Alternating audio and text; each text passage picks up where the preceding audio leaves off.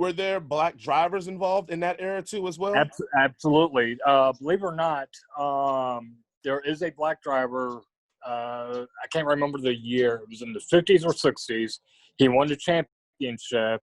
NASCAR at the time back then, because, again, you had the division between the blacks and whites, unfortunately. Right. Segregation was still alive then, yep.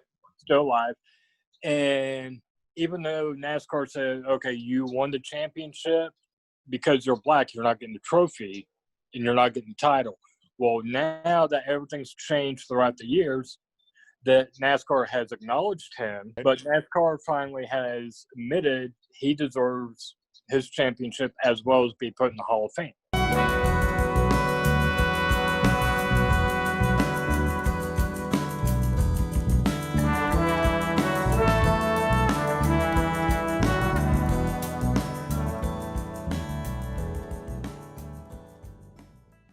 He started racing in 1952, and, it was like Picasso, like a great artist doing his work. And he was in that car, and he was doing his work. But, he couldn't get the support where other drivers that we were competing against had major sponsorship. He did everything that he did out of his own pocket. And as children, we didn't have that leisure time. We couldn't go to the playground. He said to us, I need you at the garage. I can remember him getting injured, and he'd just take axle grease and put it in the cut and keep working. But he wasn't allowed to race at certain speedways. He had death threats not to come to Atlanta. And Daddy said, look, if I leave in a pine box, that's what I got to do, but I'm going to race. I can remember him racing in Jacksonville, and he beat them all. But they wouldn't drop the checkered flag. And then when they did drop the checkered flag, they had my father in third place.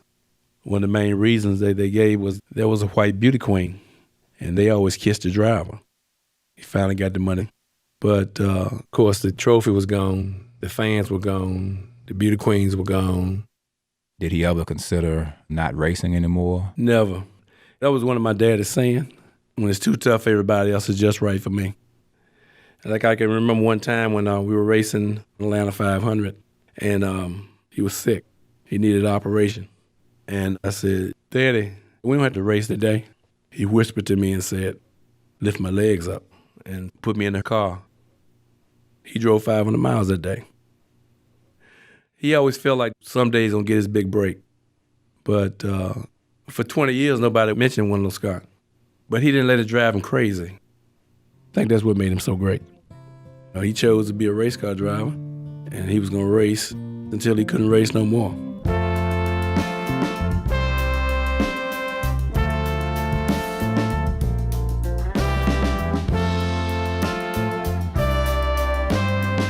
If you know anything about me, you know I'm just a regular fashionista. So I know you see this nice, beautiful shirt I got on. I brought that from the Straight From The Hip store with Teespring. Guys, go on down there, check it out. We are finally selling merchandise. We got shirts, tank tops, the whole 9 yards. Heck, we even got black man pillows, black man socks. You want to go to the beach this weekend? Take a black man towel with you. Please, look at this adorable face. You think she will lie to you? She's telling you, look how comfortable she looks in that picture. But please, check out our merch store, support us, join us, become part of the Straight From The Hip crew and nation. We're building something great here, and now you can get beautiful shirts to show us that you're part of the crew. And I can't wait to be at the beach with my black man towel.